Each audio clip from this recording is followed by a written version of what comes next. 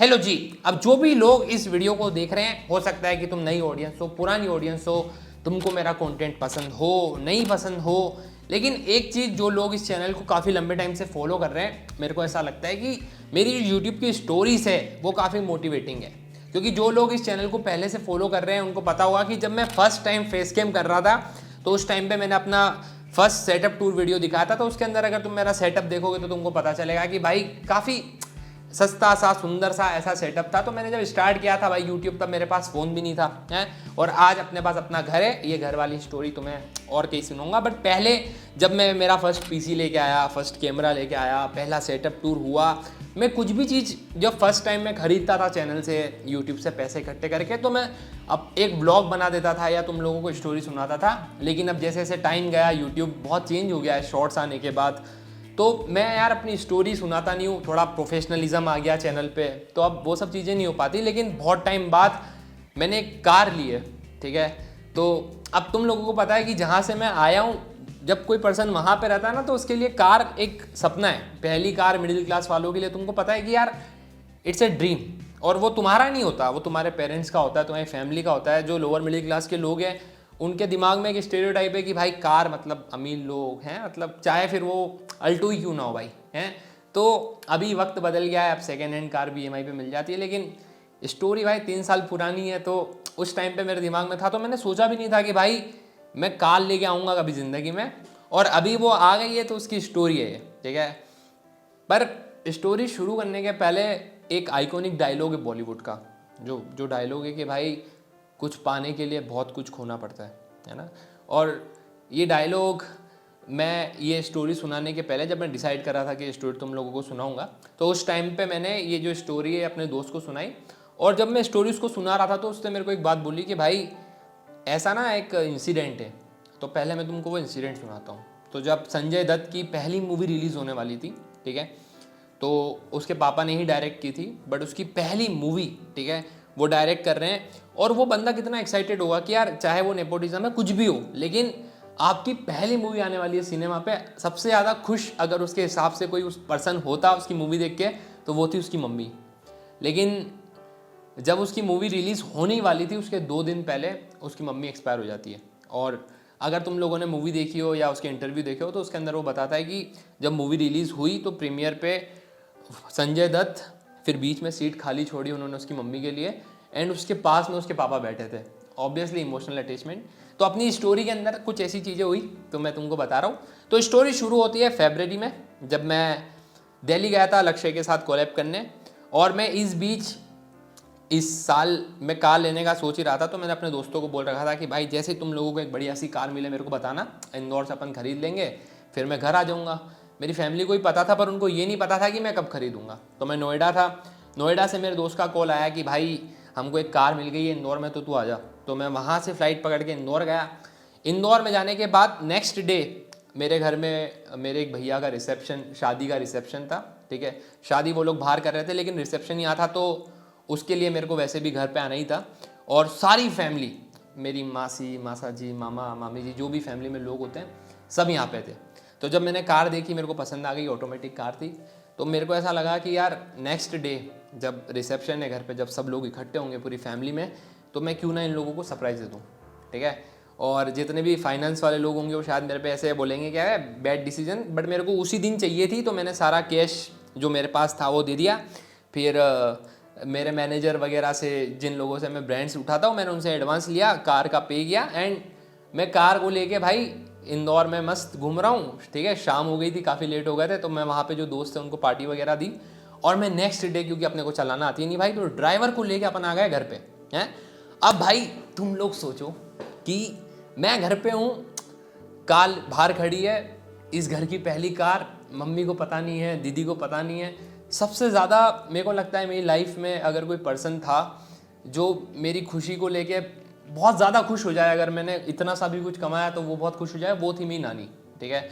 मतलब मेरे यूट्यूब पे जब फॉलोवर बढ़ गए तो उनको बहुत एक्साइटमेंट होती थी, वो बहुत खुश होते थे। उनको चाहे पता भी नहीं होता था कि यूट्यूब काम कैसे करता है, लेकिन वो घर में एक पर्सन होता है ना जो तुम्हारे लिए बहुत खुश होता है, तुम्हारे लिए, मतलब ऐसा सारा आशीर्वाद उन्होंने मेरे को दे रखा था। तो अब मेरे मन में था कि भाई मम्मी और नानी का रिएक्शन चाहिए मेरे को कि ये कार आ गई है यार, आप लोगों की, आपके घर की पहली कार है ये, ठीक है। अब मैं घर पे आया, मैंने हॉर्न वगैरह बजवाया, जो कोई आया ही नहीं, ठीक है। फिर मेरे को पता चला कि मेरे घर के सारे लोग धर्मशाला में, जहाँ पे रिसेप्शन है, तो मैंने ड्राइवर को बोला कि भाई चल धर्मशाला चलते हैं। हम लोग धर्मशाला चले गए। अब धर्मशाला के जस्ट बाहर कार लगाई, अंदर जाने का नहीं। मैं मम्मी को कॉल लगा के बुला रहा हूँ, मम्मी आई और ऐसा मैं बैठा हूँ कार के अंदर, मम्मी आ रही है, ठीक है। वो रिबन विबन सब लगे हुए कार के ऊपर, लेकिन ऑब्वियसली भाई वो रेडी नहीं थे। तो वो आके बोलते हैं कि चल तू तैयार हो गया ना, कैसे आ गया है। तो मैं उनको बोल रहा हूँ मैं कार से आया हूँ। तो उनको लगा कि मैं इंदौर से कार करके घर आया हूँ। तो मैं फिर उन्होंने बोला कि ठीक है तू तैयार हो गया, आ तो सही। फिर मैं उनको बोलता हूँ कि नहीं, मैं अपनी कार से आया हूँ यार। तो उनको समझ नहीं आई और उनका रिएक्शन मैं चाह रहा था कि मैं रिकॉर्ड करूँ, ठीक है। तो मैंने रिकॉर्डर ऑन किया, फिर उनको देख के मैंने ऑफ कर दिया। तो उस टाइम पे हो गया हो, ठीक है।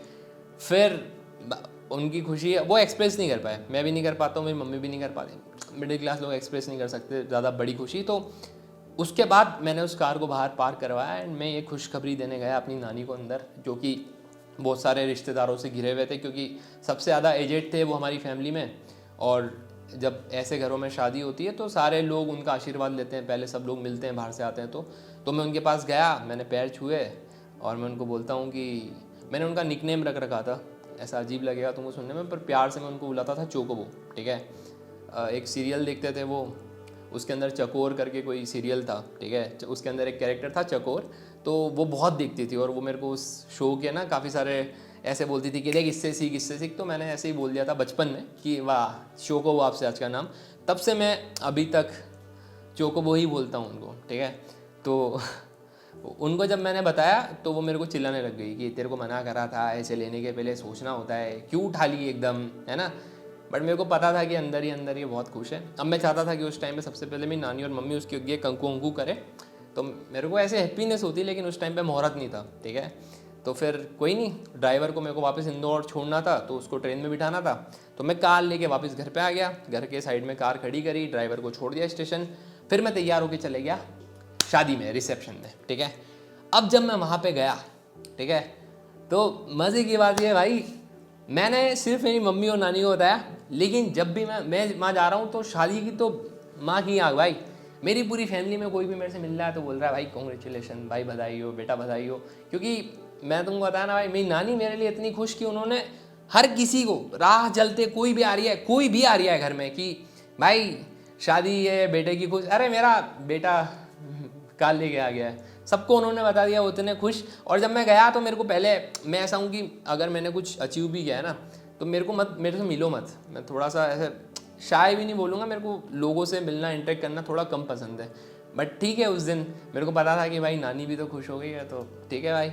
अब शादी रिसेप्शन ओवर हुआ, शाम को ये लोग घर आए, फिर हमने वो कार का मुहूर्त वोहरत जो भी करते हैं पंडित को बुला के वो करवाया, ठीक है।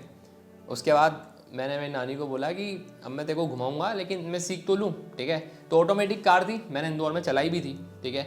बट मेरे को ऐसा था कि 4-5 दिन सीख लेता हूँ, एक बार चला लेता हूँ, ऐसे छोटा शहर है तो उसके बाद मैं इनको घुमाऊँगा।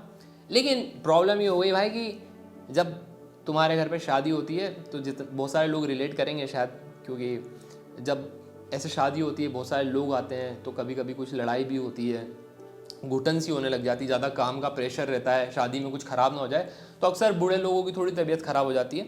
तो मेरी नानी की थोड़ी सी तबीयत उस टाइम पे ख़राब हो गई, ठीक है, जो थोड़ी ज़्यादा ख़राब हो गई। नेक्स्ट डे उनको अस्पताल ले जाना पड़ा।